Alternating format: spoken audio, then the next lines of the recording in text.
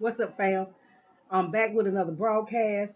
And in this broadcast, I just want to bring y'all some information that I just found out about. It's very, very interesting information.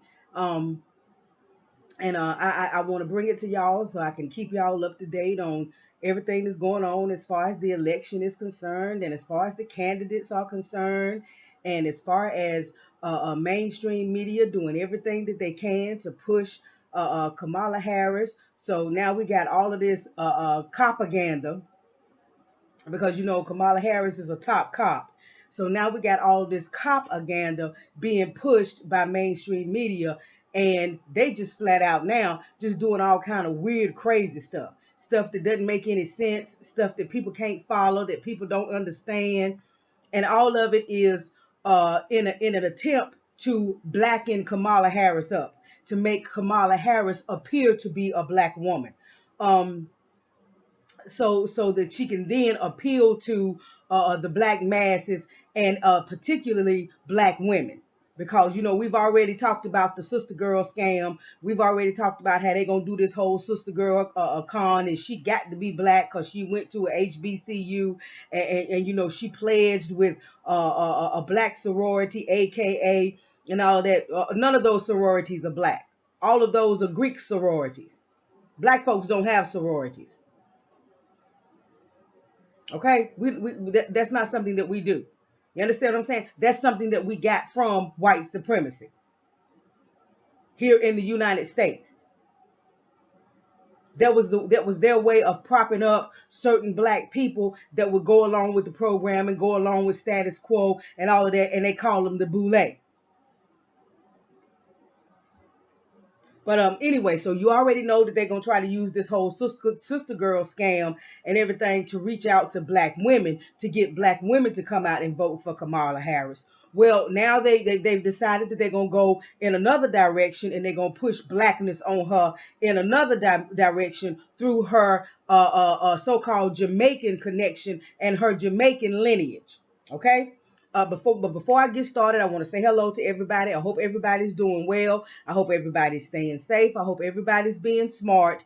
Um, I hope us foundational Black Americans are practicing our Second Amendment rights, the right to bear arms legally, and that everybody is aware of the fact that, and it's a shame that we have to keep saying this over and over and over again, but we need to understand that the hard work, we're gonna have to do it ourselves. We a lot of us as black folks, because we've been oppressed so long, and because we've never tasted any real power, or whatever the case may be, a lot of us are looking for somebody else to step in and fight this war for us and win this victory for us. You know what I'm saying? Whether it be NFAC, or whether it be Kamala Harris and Joe Biden, or the Democrats, or whoever, we just looking for somebody else to step in and do the hard work, do the heavy lifting, do the fighting for us. And then we sit back somehow and reap the benefits of the victory. It's not going to work that way. We don't have any options. There is nobody to fight out to fight this thing for us. There is nobody that's going to swoop in at the 11th and a half hour and deliver us and rescue us and save us. Nearly Fuller Jr., as well as all the other people that we listen to on the new black media, as well as Martin Luther King before he died, as well as Malcolm X, as well as so many others have told us we have no allies. We have no friends. Nobody is coming to save us. Nobody is coming to fight this battle for us.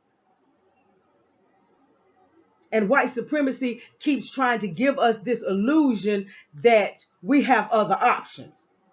That we have options, or well, you got an option. You can pick Trump, or you can pick Biden and Kamala Harris. No, that's not an option. That's not an option. Either way, you're getting white supremacy. However, with the Democrats, you getting white supremacy on top of Hispanic supremacy, on top of Asian supremacy, on top of all of this hate and all of this anti-black racism that will come from all these other groups, all the groups that the Democrats support, all the groups that the Democrats have lifted up over us. LGBT, illegal immigrants, period. And all of that vitriol will be targeted and aimed at us. Why? Because the Democrats have made it clear that they prefer and they are specifically offering something to all these other groups, and they ain't offering us nothing. So they letting everybody know that, we at the bottom, and they intend to do everything that they can to keep us at the bottom while they promising every other group tangibles. And that makes those groups think that they are better than us, that they feel like they are better than us, that they are above us, that they can walk all over us. Even though they're using bills and legislation and laws and all of this kind of stuff that was specifically supposed to be for us, they are using those to give these tangibles to all these other groups. They're using stuff that was supposed to be just for us and gutting it and tearing it apart and ripping it apart to supply tangibles to all these other groups. But then once these groups get these tangibles off our struggle, off our deaths and our fight and the blood of our ancestors and all of this, once they get those tangibles from stuff that was meant for us, then they look down on us and they practice racism against us. And the Democrats are fine with that because the Democrats keep lifting all of these other groups above us by recognizing them and completely and totally neglecting us, completely and totally ignoring us, ignoring our demands, ignoring our issues, all of that. So with Trump, all we got to worry about is what we've been dealing with for the past 400 plus years in this country. Straight out white supremacy.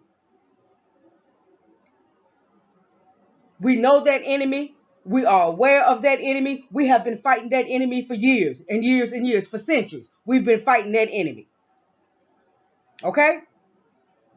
But we mess around and get these Democrats, Joe Biden and Scamala Harris and the Democratic Party. Not only do we have to fight white supremacy,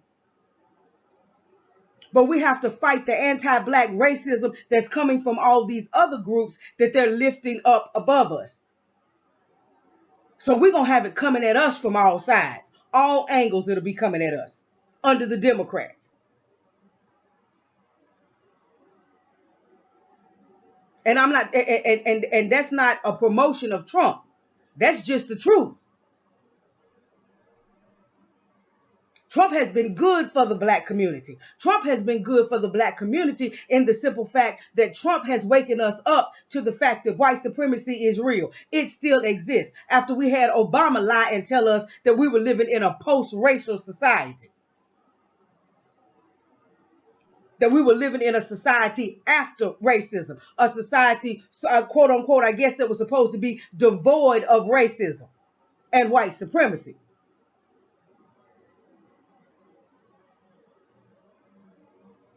And Obama lured a lot of black folks back to sleep.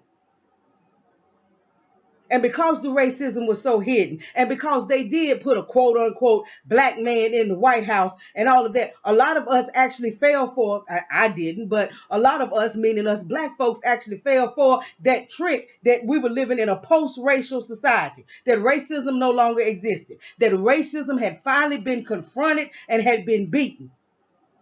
And Donald Trump showed up on the scene to give us a rude awakening and to let us know, no, racism ain't went nowhere. While you were asleep and it was hiding in the shadows, all it did was got bigger and stronger. But it never went away. The Democrats just know how to tuck it in the corner. The Democrats just know how to cover it up with something else.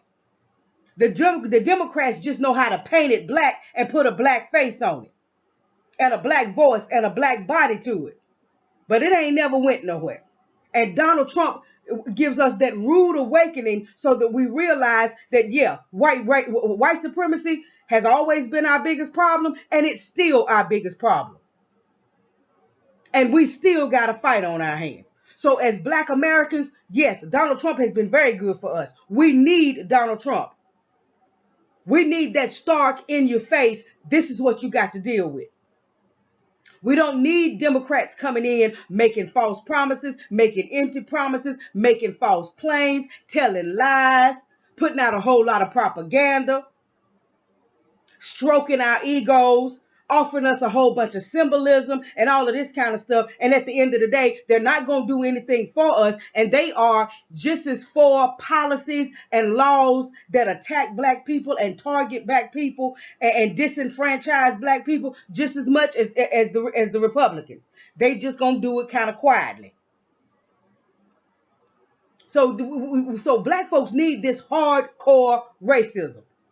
And we need to understand that the Democrats are not offering us an option. They're not offering us a way out. They're not offering us a way from white supremacy. They're not offering us an escape from white supremacy.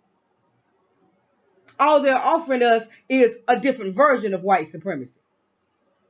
That's all. Just a different version of white supremacy. For you dumb black folks that you know that would rather be slapped in the back of the head instead of being slapped in the front of the head. Okay, well the Democrats are there to slap you in the back of the head.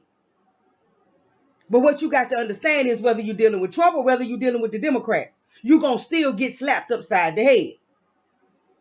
Unless you just make up in your mind that you're tired of being slapped upside the head. Whether they slipping up on you, slapping you in the back of the head, or whether they boldly walking up in your face, slapping you upside your forehead. Either way, you need to let them know that you are tired of being slapped upside the head, period. You are tired of white supremacy. You are tired of this white supremacy system, period. But anyway, I don't want to stay here too long, so I don't want to go off in no tangent. But anyway, yesterday, the Washington Post decided that they were going to try to pull a trick, right? Luckily, thank God, it backfired, but they decided they were going to pull a trick. And that they were going to do this article by Deneen L. Brown. And that sounds like it very well could be somebody black.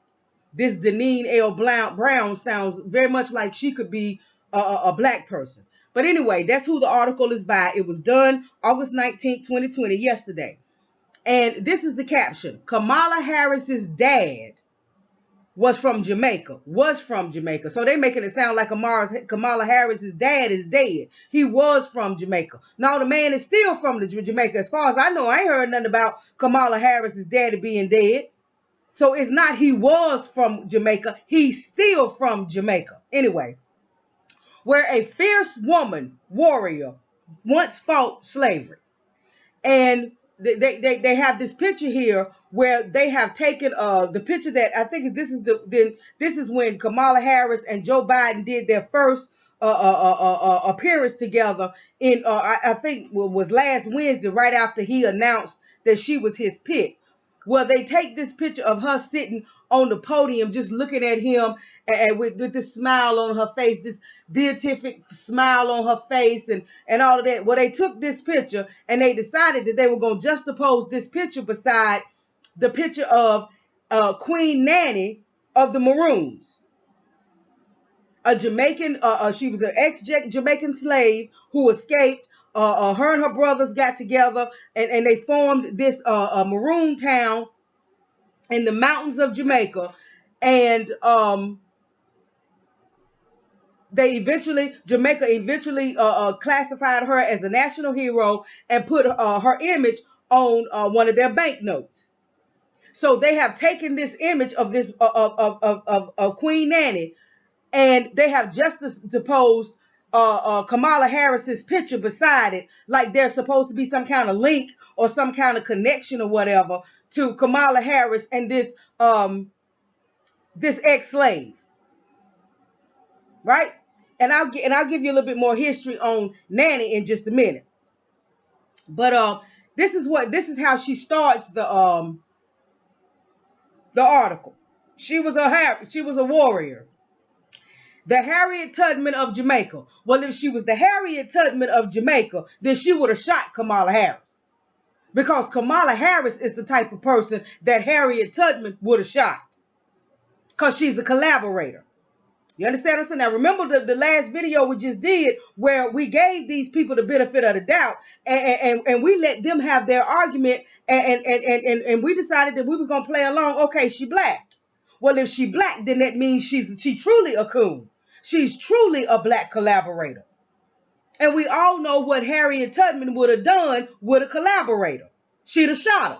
So if Nanny of the Maroons was anything like Harriet Tubman, she'd have shot Scamala Harris because Scamala Harris is a collaborator. Anyway, she was a warrior, the Harriet Tubman of Jamaica. As Republicans question whether Democratic vice presidential candidate Senator Scamala D. Harris, whose father was an immigrant from Jamaica and whose mother was an immigrant from India, is black or even a descendant of enslaved black people, they may want to consider the remarkable history of Nanny of the Maroons, a national hero in Jamaica.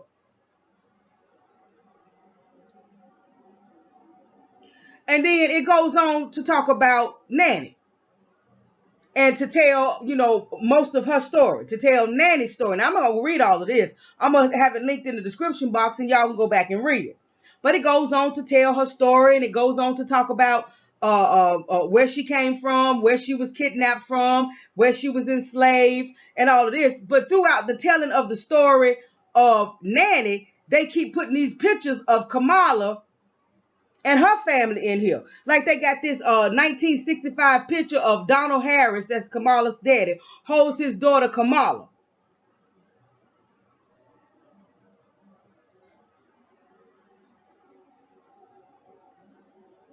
So why, and then it's got a picture of Scamala being held by her great-grandmother, Iris Finnegan.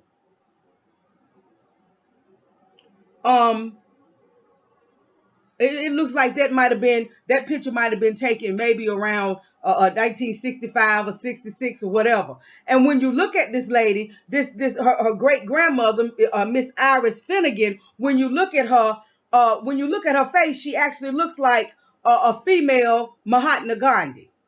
She actually looks like a female Gandhi. You can look at her features and look at her eyes, the shape of her nose, her mouth, and you can see the Indian ancestry in her. So, but in this article, they never make the connection. They never make the connection between Scamala Harris and Nanny of the Maroons. They never make the connection. They never talk about these people being related. They never talk about how Scamala is related to this woman or connected to this woman in any kind of way, except for the fact that her father comes from Jamaica. I guess that was supposed to be the only connection. Because at the end, these are the last maybe 2 or 3 paragraphs of this article. In 1833, the British Parliament passed the Slavery Abolition Act, which ended slavery in many of the British colonies and freed more than 800,000 enslaved black people in the Caribbean. The act took effect on August 1st, 1834.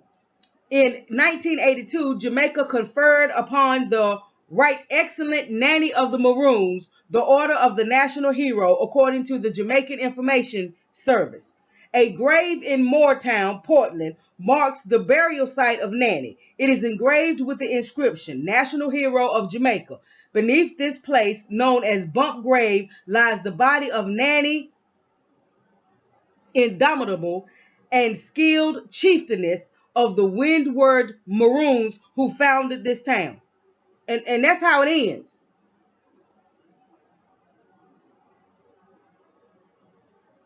It tells Nanny's story.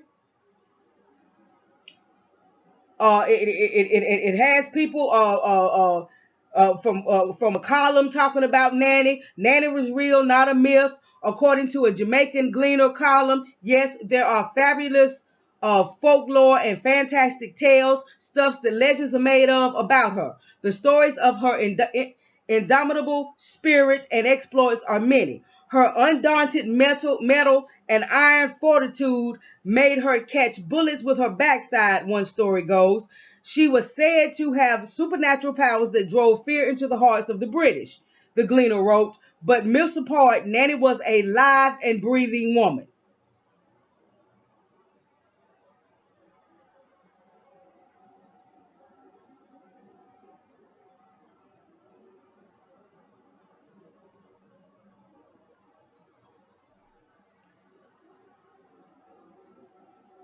So that's what the article does. The article talks about Nanny, and it gives you, a brief um, introduction into her history, and gives you, some of the highlights of her story, and all of this. But the article never makes any connection between Nanny of the Maroons and Scamala Harris.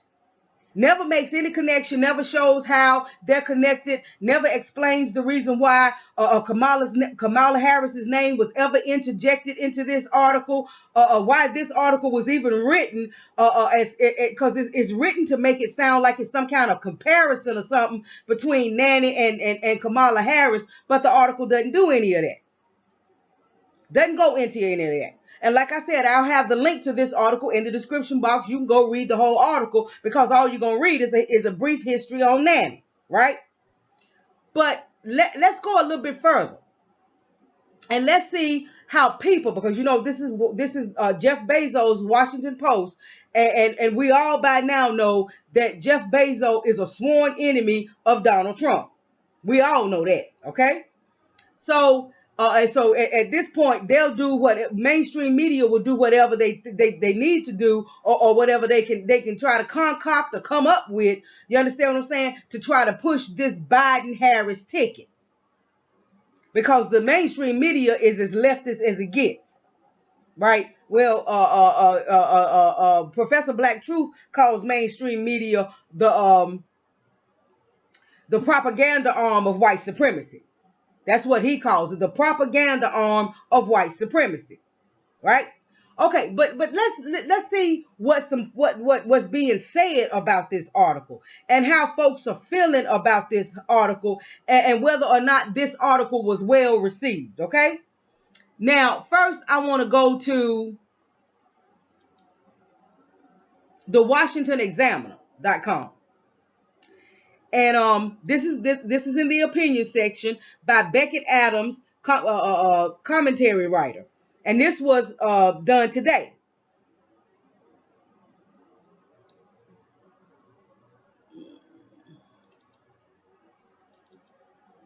Okay, I just wanted to maximize it. Opinion: Washington Post fails to link Scamala Harris to Jamaican national hero. The press's efforts to portray Senator Scamala Harris of California as some sort of social justice icon continue apace.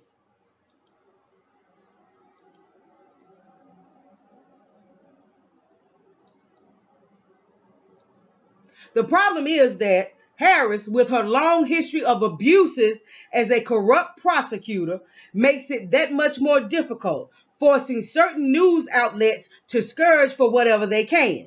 This is why readers woke up this week to a real Washington Post headline that reads, Scamala Harris's dad was from Jamaica, where a fierce woman warrior once fought slavery. If you could not tell already from the title's wording, the senator herself has no personal or familial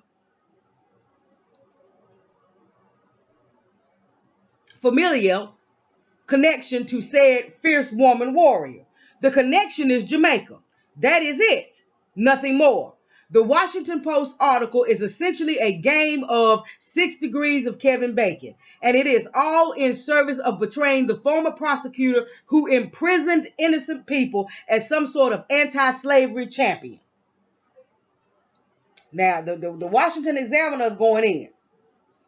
They're going in. Now, I don't know who owns the Washington Examiner, but it don't sound like one of the mainstream media rags that's pushing the Democratic agenda. She was a warrior, the Harriet Tubman of Jamaica. The article begins, and then she goes on to read that first part of the article. It adds, as Republicans question whether Democratic vice presidential candidate Senator Kamala D. Harris, whose father was an immigrant from Jamaica and whose mother was an immigrant from India, and she keeps saying was. These people keep saying was like these folks dead. No, these folks still are immigrants from Jamaica and India. Anyway, is black or even have a descendant of enslaved black people, they may want to consider the remarkable history of Nanny of the Maroons, a national hero in Jamaica. This is so absurd. The argument for Harris is quite literally that her father's country of origin produced a hero to whom the senator has no connection whatsoever. The Washington Post article then recounts in great detail the history of Nanny of the Maroons, the retelling of which is broken up occasionally by photos of the Harris family, as if one thing has anything to do with the other. Why? Because imagery, in propaganda, imagery is very important. And see, if you can get black folks to buy into this, get black folks to buy into that somehow or another Kamala or Kamala's father or Kamala's family or whatever was connected to this woman and all of that. See, that's the danger. That's the damage. That's the harm of propaganda and of not being able to think for yourself. You understand what I'm saying? And not getting the facts about things. Again, there is no connection between the California senator and the Jamaican legend. The only connection is that Harris's father is from the same country as Nanny of the Maroons. For the Washington Post, that is apparently enough to force a connection. See, this is fake news. Fake news. And like I said in the other broadcast, some of those folks that were on Jason's show talking about they're going to vote for Biden and Harris. This is the kind of garbage, this is the kind of poison that they have been feeding into their minds for years and just buying it. Without doing any kind of research, without questioning anything, without trying to find out whether it's any truth to what they're reading or what they're hearing or what they're being told. And they being told what to think. They being told what to feel. They being told who to like, who to dislike. They being told who to vote for. They being told, well, this is who we going to set out to represent. It's a mess. To emphasize just how idiotic and artificial this all is, try to reimagine the same headline and opening paragraphs for President Trump and his Scottish heritage. Now just listen to this. President Trump's mother was from Scotland, where William Wallace once fought British oppression. He was a warrior, the George Washington of Scotland, it would begin. It would then read, as Democrats question whether Republican nominee Donald Trump, whose mother was an immigrant from Scotland, is an authoritarian or even pro-liberty, they may want to consider the remarkable history of William Wallace, a national hero in Scotland. And the last thing is ugh. Because that's just how stupid it was for them to do that. It was meant to be a puff piece. It was meant to be a piece that infers some kind of connection. It was meant to be a piece, again, to blacken Kamala Harris up. To remind black people that, most black people come, that they're mostly black folks that come from Jamaica. Oh, there are all ethnicities of people that live in Jamaica. There are white Jamaicans. There are Asian Jamaicans. There are black Jamaicans. You understand what I'm saying? There are so-called black Jamaicans that don't identify as being black. It's just all kinds of stuff going on in Jamaica.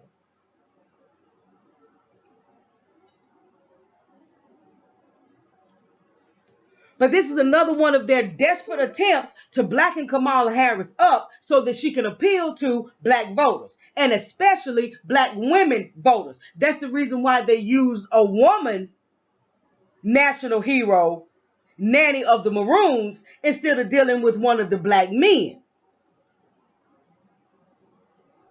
See, this is all to try to appeal to the black vote, and especially the black women.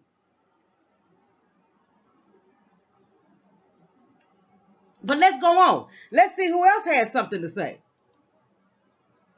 Now, I found this in Buzz, BuzzCaribbean.com. Oh yeah, the Caribbeans had a little something to say about this.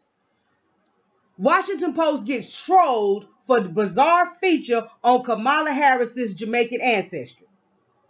This was August 19th, 2020 by Gavin. And again, they got this big picture up here of Scamala Harris beside Nanny of the Maroons on this banknote. American media outlet Washington Post came under criticism on Wednesday, August 19th, for an article that seemingly conflated Democratic Vice President candidate Scamala Harris's Jamaican ancestral line with national heroine Nanny of the Maroons. And then it's got the Washington Post tweet that led to the article. The bizarre feature, which declared Nanny the Harriet Tubman of Jamaica, delved into the history of the legendary Maroon, but failed to justify why she was mentioned at all, which confused many readers, especially Jamaican Twitter users.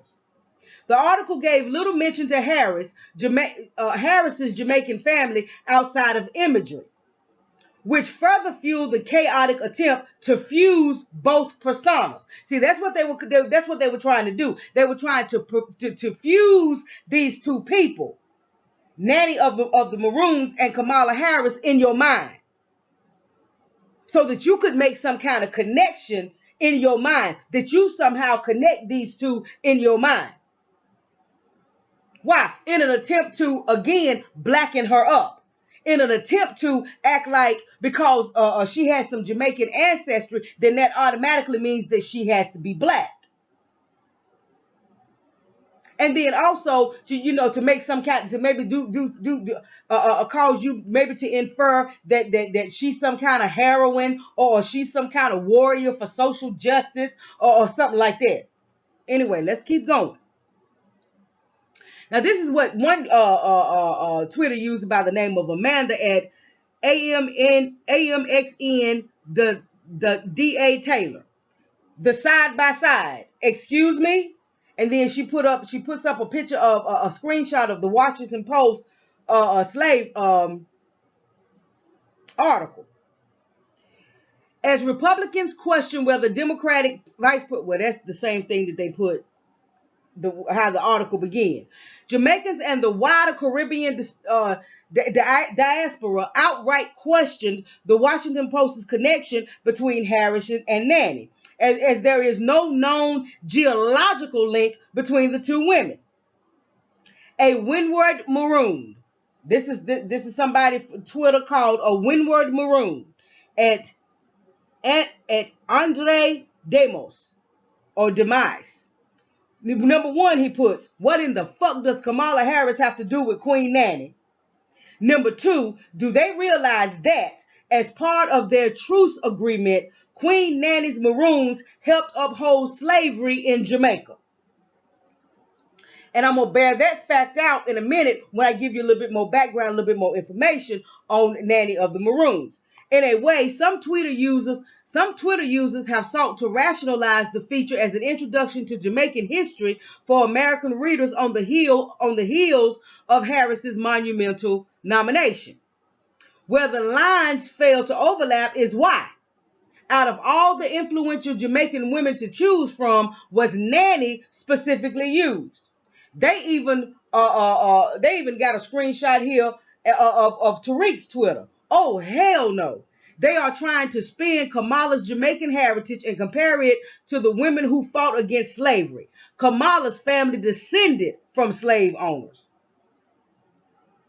Others expressed their immediate offense to the feature, including the image of Nanny from the Jamaican $500 note juxtaposed beside Harris, and called on the Washington Post to delete the article. They are calling on the Washington Post to delete the article. More still resorted to trolling the Washington Post, offering their own historical tidbits. This is like saying Trump is from New York, where Captain America is also from, one user replied. Joe Biden is from Delaware, where the Route 40 killer murdered at least 5 women in 1987 and 1988. Same level of relevance, another man commented. How do you feel about the article, Buzz family? So folks are not happy about this. Folks are not happy about this. Folks see it for what it is, not just Tariq, but other folks, and especially folks in the Caribbean, in Jamaica. They see this for what it is. They see this bullshit for what it is. They see it as the media trying to put a spin on it. They see it as the media trying to blacken Harris up and trying to turn her into something that she's not, and trying to make her have connections with Jamaica and the black folks in Jamaica and all of that she does not have. They see it for what it is. They calling it out, and they have even called for the Washington Post to delete the article. Now, whether they have now as of tonight, when I searched for it, they hadn't. But if the heat keeps going, they might have to. But anyway. So that's just what mainstream media is doing. This is the kind of foolery. This is the kind of trickery. This is the kind of propaganda. These are the kind of out and out lies and stretching and reaching that we can look forward to in the next few months, as they continue to try to make this woman appeal to black voters, especially black women. As they continue to try to make her appeal to us, this is the kind of foolishness, stuff that just makes absolutely no sense. You understand what I'm saying? Stuff that does not connect. Stuff that's not based in reality. This is the kind of stuff that we can expect to see more and more and more from mainstream media as they continue to try to push this woman onto black folks to get us to vote for her and Biden. Okay? But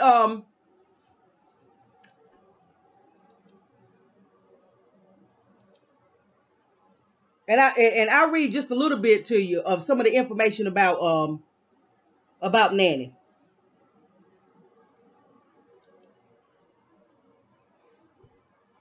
I'm not going to read it all, but I'll have it linked in the description box so you can see it. This is from Black Pass, and this was March 1st, 2011. They came up, they did this. Queen Nanny of the Maroons, and they have a question mark for her birth date, but her date of death was 1733. Nanny, known as Granny Nanny, Grandy Nanny, and Queen Nanny, was a Maroon leader and Obiah woman in Jamaica during the late 17th and early 18th centuries. Maroons were slaves in the Americas who escaped and formed independent settlements. Nanny herself was an escaped slave who had been shipped from West Africa. It has been widely accepted that she came from the Ashanti tribe of present-day Ghana. Nanny and her 4 brothers, all of whom became Maroon leaders, were sold into slavery and later escaped from their plantations into the mountains and jungles that still make up a large portion of Jamaica. Nanny and one brother, Quayo, founded a village in the Blue Mountains on the eastern or windward side of Jamaica, which became known as Nanny Town. Nanny has been described as a practitioner of Obiah, a term used in the Caribbean to describe folk magic and religion based on the West African influences. They say that in her day, over her lifetime, she helped at least 1,000 slaves escape from slavery, where they would do raids on the plantations and the English and the European settlements and help slaves escape. While Nanny lived, Nanny Town and the Windward Maroons thrived and multiplied. The British colonial administration became embarrassed and threatened by the successes of the Maroons. Plantation owners who were losing slaves and having equipment and crops burned by Maroon raiders demanded that colonial authorities act. Hunting parties made up of British regular army soldiers, militiamen, and mercenaries scoured the Jamaican jungles. They say this Captain Sambo or Captain William Cuffey, and I'm assuming he was a black man, is credited for killing Nanny in 1933 during one of the many bloody engagements of the war. The war itself lasted from 1720 until a truce was declared in 1739. Cujo, one of Nanny's brothers and a leader during the Maroon War, was the driving force behind the treaty. After Nanny's death, many of the Windward Maroons moved across the island to the more sparsely inhabited western or leeward side of Jamaica. Nanny Town was eventually captured by the British and destroyed in 1734.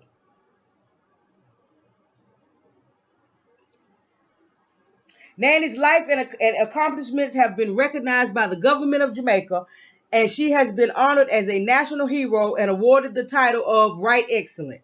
Currently, there are only 7 such national heroes, and Nanny is conspicuously the only woman. A modern portrait of Nanny, based on her description, appears on the Jamaican $500 note, the largest banknote in circulation in Jamaica. Now, what this guy was talking about when he said, remember in the tweet that we just, in one of the tweets that we just read, the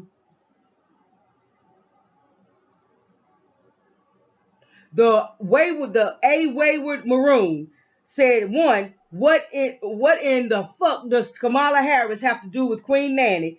And 2, do they realize that as part of their truce agreement, Queen Nanny's Maroons helped uphold slavery in Jamaica? And sure enough, that's true. And I'll read that to you.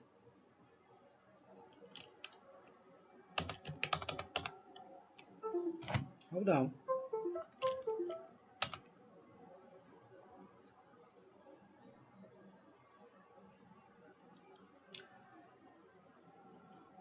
I can tell you about these treaties. Now, this is what they're saying about the treaties. When the British signed a treaty, the first treaty that the British signed with Nanny's brother Cujo was in 1739. This success allowed them to offer a less favorable treaty to the Windward Maroons. And, you know, Nanny's people were called the Windward Maroons. Representatives of the British government in Jamaica signed a treaty with the Windward Maroons in 1740. But this was the problem. With these treaties, certain things had to take place. In signing treaties with the Maroons, the British not only made a truce with a troublesome foe, but also enlisted that foe in capturing runaway slaves. See, that's what he meant when he said by signing these treaties, they agreed to uphold slavery in Jamaica. The colonial authorities initially recognized 2 Maroon towns, Crawford's Town and Cujo's Town, later to be named Trelawney Town. Eventually, there were 5 Maroon towns in the 18th century. Accompong Town, Trelawney Town, Charlestown, Jamaica, Scots Hall, Jamaica, and Nanny Town, later Moortown, living under their own chiefs with a British supervisor in each town. In exchange, they agreed not to harbor new runaway slaves, but to help catch them for bounty. The Maroons were also expected to fight for the British in the case of an attack from the French or Spanish. And you understand, these treaties came about after Nanny was killed. Because Nanny was killed in 1733, and Nanny Town was captured and destroyed. Now they might have reopened it later on, a few years later after these treaties came about. But the treaties didn't come about until after Aunt Nanny's death, and her brother Cujo was instrumental in getting these treaties signed. And these treaties actually did help to uphold slavery. Because now the Maroons who had once helped slaves escape, now they were actually capturing runaway slaves and taking them back, and had agreed not to harbor any new runaways. So he was right. They actually, but this didn't happen until after Nanny had died. after Nanny was killed. So see, them collaborators is always it's always been a collaborator in the mix that was only interested in getting whatever crumbs master had to offer. You understand what I'm saying? But that was just a little brief history about Nanny. You know, and I have this stuff linked in the description box, and y'all can go and y'all can read about her, and y'all can get more information about Nanny. But this is the woman that they're trying to draw some kind of inference that Scamala Harris is somehow connected to her. That's what they want you to infer from seeing these two pictures side by side. And reading this article in the Washington Post, somehow they want you to infer that somehow these two women are connected, or maybe Scamala is supposed to be like Nanny in some kind of way, or whatever. Well, that's not possible, because Scamala Harris's family in Jamaica owned slaves. She's a descendant from a slave owner. You understand what I'm saying? And Snoops and some of the other left-wing fact checkers and all of this have lied and said that that has been unproven or whatever, when Kamala's father, in his own words, said that he was a descendant from Hamilton Brown. And Hamilton Brown was a big slave owner in Jamaica. So let's go to that. Great Game India. That's where this is coming from. GreatGameIndia.com.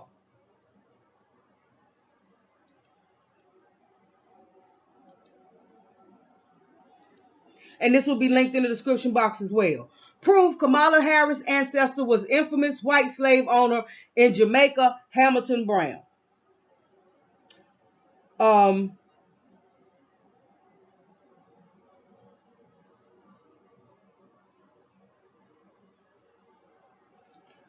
Exclusive. During 2003 race for San Francisco District Attorney, Scamala Harris adopted Chinese name He Jinli to woo Chinese American voters. Name was given by San Francisco Women's Commissioner Sue Ronglai, coined by her father Su Zephin, an overseas Chinese leader. So we're going to fact check that and find out whether or not that's true. But this is something that Great Game India tweeted exclusive. And I guess they must have tweeted, let's see when they tweeted this. They tweeted this August 19, 2020. Did you know Scamala Harris adopted Chinese name to woo voters? This is something that they tweeted yesterday at 9:07 a.m.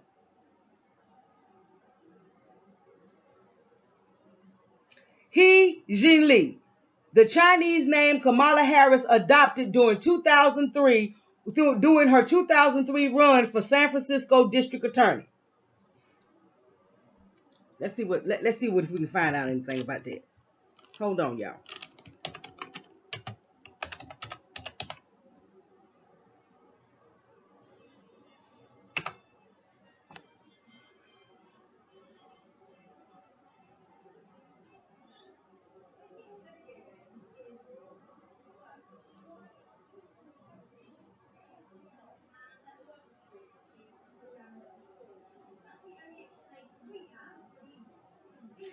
Well, Fact Not Fiction Media, one day ago, Scamala Harris or He Jinli, Fact Not Fiction Media. It seems Scamala Harris is a chameleon. When running for San Francisco DA, she was advised to adopt a Chinese name. Then the nationalpost.com. Panderer-in-chief, Scamala Harris once adopted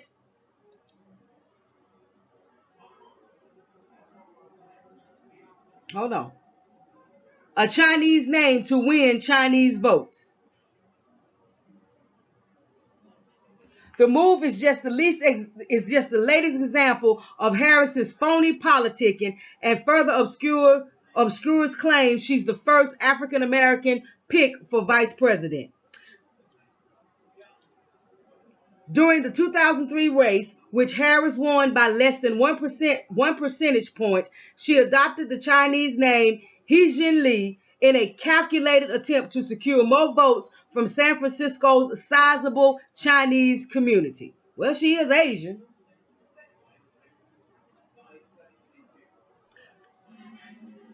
At that time, He Lee talked to her about the strategy of winning Chinese votes.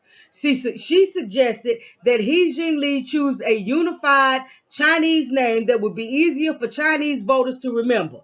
He Lee thought this was a good idea. Harris was identified as starting the tradition of non-Chinese individuals running for public office adopting Chinese names, as she was the first candidate to do so.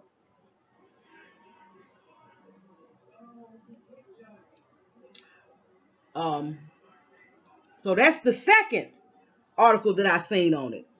Um, Rebecca Grant from Fox News. Scamala Harris versus Chinese.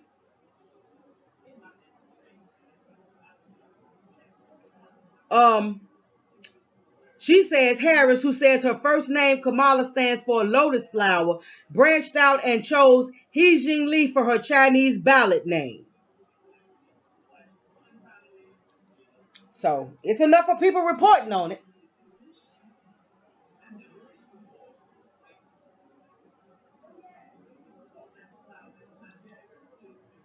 But I didn't mean to get off into that tangent, but that was just something that Great Game India posted. They posted that yesterday. They wanted you to know that while they were putting up all this other information about Kamala's ancestor, Hamilton Brown. And I'm not going to read all of this, but the contents, number one, where Kamala Harris ancestors slave were, and Kamala Harris's ancestor slave owners. Kamala Harris's ancestor Hamilton Brown was the infamous slave owner. 1 of 2, reflection of a Jamaican father. Now that's the reflection of a Jamaican father is in a piece that was published in Jamaican Global Online titled Reflections of a Jamaican Father. Kamala Harris's father, Donald J. Harris, reflects about their past. He writes, "My roots go back within my lifetime to my paternal grandmother, Miss Christina Brown, descendant of Hamilton Brown, who is on record as plantation and slave owner and founder of Brownstown, and to my maternal grandmother, Miss Iris Finnegan, farmer and educator from A-GAN-DA town and Inverness, ancestry unknown to me." But that name, that name, Iris Finnegan, that name sounds Irish. Finnegan is an Irish name.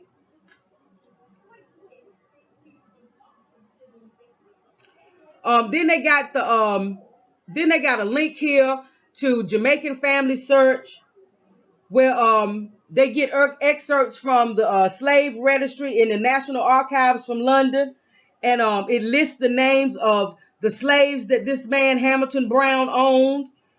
How many men, how many women on these different plantations. It has a affirmation that comes from him. So, and I will have this linked in the description box. So if you go to this article on Great Game India, then within this article are the links to all of this other information. Hamilton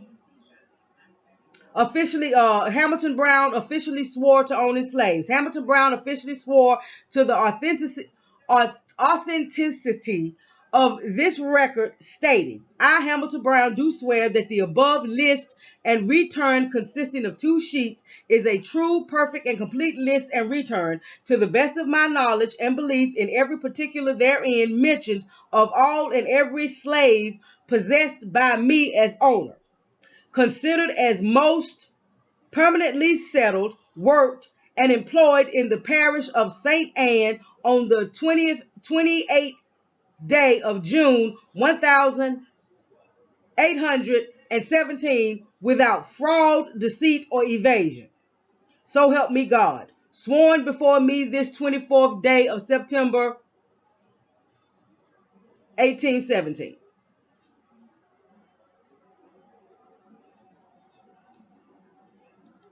So Great Game India went on to say, based on the evidence above, the claim turns out to be true. U.S. Senator Scamala Harris is descended from the 19th century slave owner Hamilton Brown, rating true misinformation circulated by Dan McGill at Snoops, because Snoops claims that it was unproven. But I mean, this man has pulled all the records from Jamaican Family Search. He's pulled the records from the British archives. And Kamala's own father said it in, what was it? This letter of a Jamaican father. Yeah. And they got the link to that piece in here too. In a piece published in Jamaican Global Online titled Reflections of a Jamaican Father.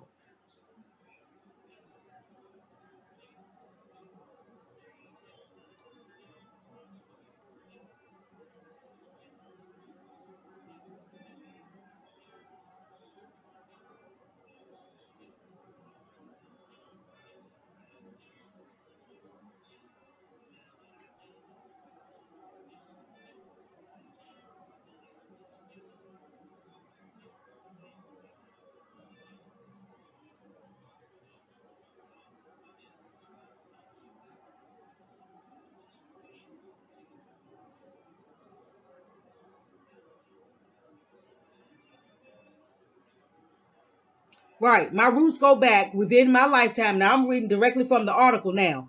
My roots go back within my lifetime to my paternal grandmother, Miss Christiana Brown, descendant of Hamilton Brown, who is on record as plantation and slave owner and founder of Brownstown, and to my maternal grandmother, Miss Iris Finnegan, farmer and educator from A-GAN Town and Inverness, ancestry unknown to me. The Harris name comes from my paternal grandfather, Joseph Alexander Harris, landowner and agricultural produce exporter, mostly pimento or allspice, who died in 1939, 1 year after I was born, and is buried in the churchyard of the magnificent and Anglican church which Hamilton Brown built in Brownstown.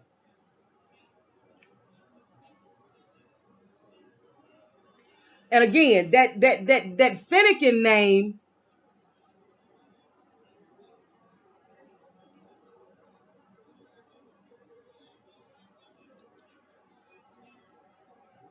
sounds Irish.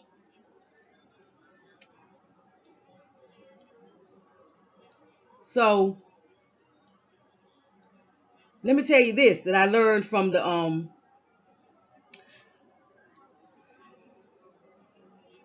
from about this man.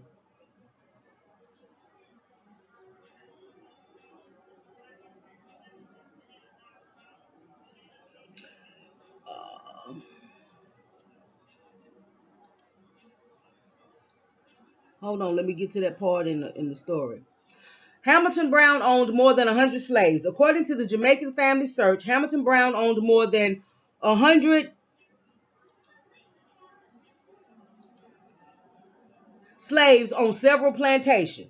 Hamilton Brown owned several plantations over the years 1817 to about 1845. According to the 1818 Almanac, which can be found on this site, he was the owner of Maynard, 128 slaves, which he must have acquired from his previous owner, John Bailey, in 1815 or later.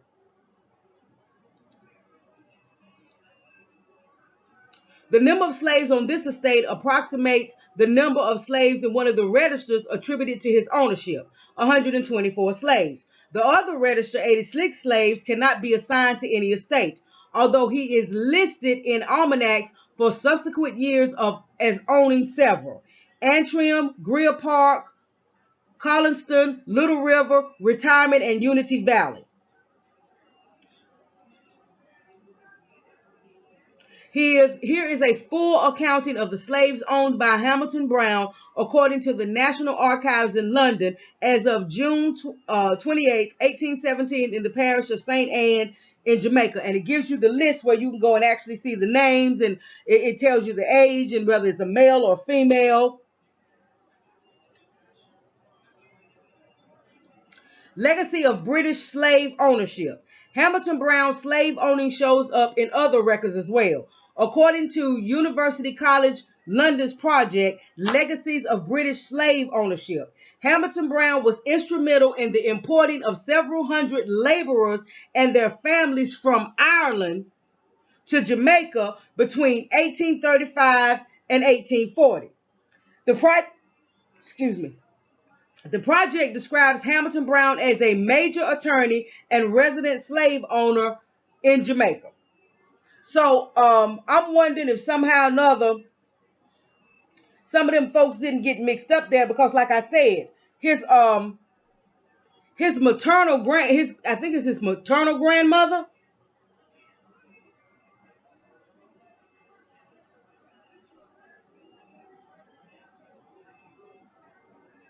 Yeah, my maternal grandmother, Miss Iris Finnegan. And again, that's an Irish name. Finnegan is an Irish name. So, and he said that her ancestry was unknown to him. But he said from A-GAN-DA town and Inverness. And I'm thinking Inverness is in Ireland or Scotland or something like that. Yeah, Inverness, city of Scotland. So, yeah. So evidently, maybe she must have married one of those Irish men, or somehow or another they mixed up there, and they started, because they had started bringing. Not only were they bringing Indians in to replace the slaves to work, but they had started importing in these Irish families to work. But they were being paid. They weren't slaves, but they were importing them in to do the work now that all the slaves had been free. Because like they said, he didn't start importing them in until between 1835 and 1840. Okay, well by that time, I think it was in the 1830s that they abolished slavery in the Caribbean, in Jamaica. So he was bringing them in to replace the slaves. But yeah, that name sounds real Irish. So looks to me like she got some Irish in her background too. But anyway, I just wanted to give y'all that little tidbit. Like I said, all of these links will be in the description box. Y'all can go and y'all can check all of this stuff out. You understand? Read this stuff for yourself. Do some research for yourself. But again, it's just get ready for this bombardment of all of this push.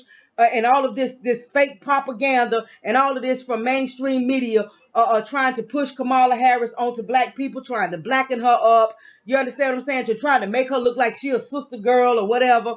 And this is just what you might as well go on and expect, because this is what we're going to see. You understand? And we've got to call it out every time we see it. Every time we see it, we got to call it out. And we got to let people know that this ain't nothing but a bunch of bullshit. You understand what I'm saying? When this woman's own father pretty much disowned her for saying that she was fake, for claiming to be African American, that she was not African American. And these people descend from slaves. So you're gonna let a former slave owner, you're gonna give a former slave owner if you're gonna vote for Kamala Harris, you might as well vote for Trump. All of them was former slave owners. All of them have former slave owners. And so how can she identify with you? She can't identify with you. She can't identify with your plight. She can't identify with your life. She can't identify with your struggle. Why? Because she comes from Massa. She don't come from the slaves. She come from Massa. She comes from the slave owner. And she and throughout her whole entire career in law enforcement, in politics and all that, she has acted like she comes from the slave owner.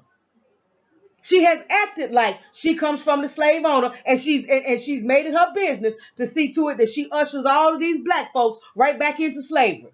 The prison industrial complex, right back into slavery. But you need to be aware. You need to be aware of what's really going on. You need to be aware of what mainstream media is doing. You need to be aware of the propaganda and the lies and the bullshit that they done started out with. You need to be aware of this. You need to be aware that every time you turn around now, they're going to have Scamala Harris propped up beside somebody that's blackity black black. You understand what I'm saying? Or somebody that has a record or a history of being an activist, or being somebody that's real strong on social justice and all of that. Every time you turn around now, they're gonna try to put her in a picture with somebody like that. Don't be fooled. Don't be fooled. So know who you're voting for. You can go home and vote for if you want to, but know who you're voting for. No, you're not voting for a descendant of American slave. You're not voting for a descendant of a slave, period. You are voting for the descendant of a slave master, a slave owner.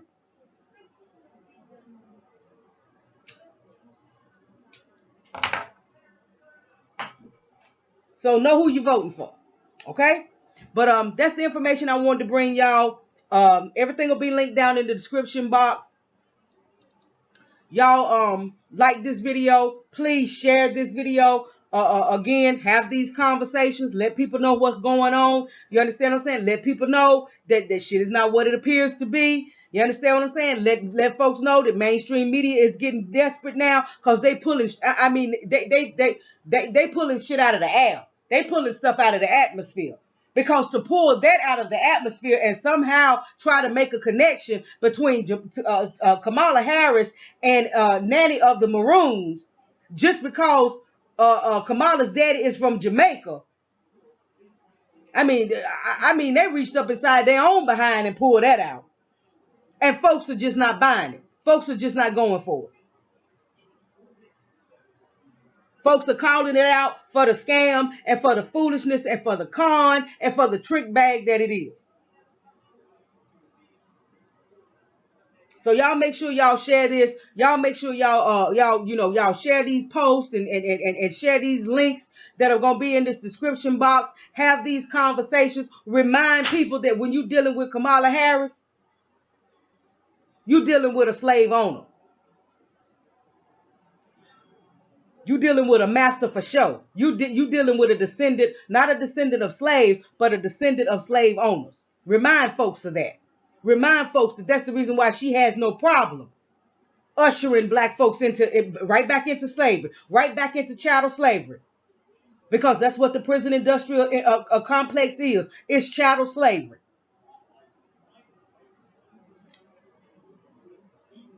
If you're not subscribed to the channel, please subscribe to the channel. Hit that bell notification so you can be notified when we upload videos. But y'all get this information and have these conversations. All right? Y'all have a good night.